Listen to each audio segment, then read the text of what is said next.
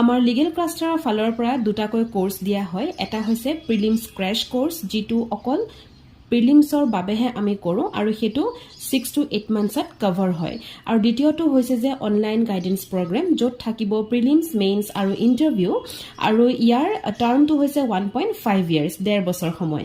অকল গ্ৰেড 3 বুলি নহয় আমি both গ্ৰেড 1 আৰু গ্ৰেড 3 ৰ বাবে ক্লাसेছ দিও এডমিশনৰ বাবে আপোনালোকে এই নম্বৰটোত কন্টাক্ট কৰিব পাৰিব থ্ৰু WhatsApp অনলি আৰু আমাৰ থাকিব proper plan and strategy flexible class timing থাকে যাৰ বাবে আপোনালোকৰ